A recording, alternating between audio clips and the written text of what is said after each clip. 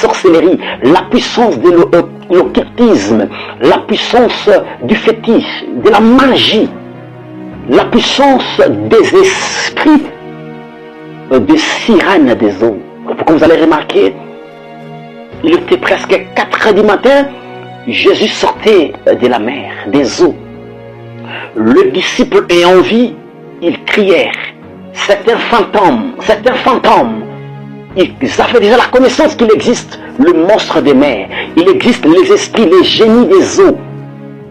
Vous voyez?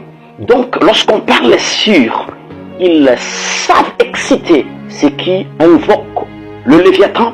Autrement disant, il y a des gens qui savent parler aux démons. Il y a des gens qui savent parler aux plus grands féticheurs, aux plus grands magiciens pour maudire votre journée, pour maudire votre étoile, maudire votre destinée. Aujourd'hui, j'aimerais simplement rêver votre esprit en disant, si vous dormez, il y a des gens qui entrent dans la nuit, il y a des gens qui appellent, qui engagent un certain démon plus puissant que votre destinée, plus puissant que votre vie. Il y a des gens qui entrent pour simplement appeler une force mystique en disant, viens, détruis sa destinée, détruis sa santé, détruis son mariage, détruis sa vie, détruis sa carrière, détruis ses études, détruis sa vie.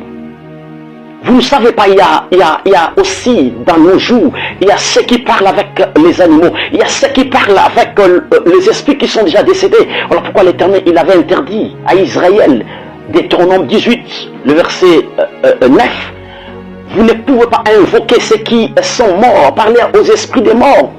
Il y a ceux qui entrent en contact avec les génies des cimetières. Il y a ceux qui entrent en contact avec le surin des eaux. Lorsque nous voyons ces monstres, nous voulons simplement dire, il y a des esprits puissants, tels que des surins des eaux, que nous appelons communément mari ou femme de nuit.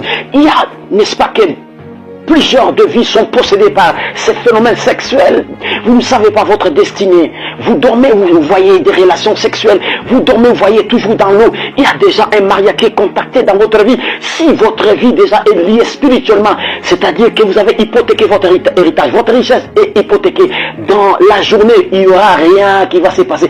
Autrement dit, l'histoire de la vie des gens a été conçue, sa destruction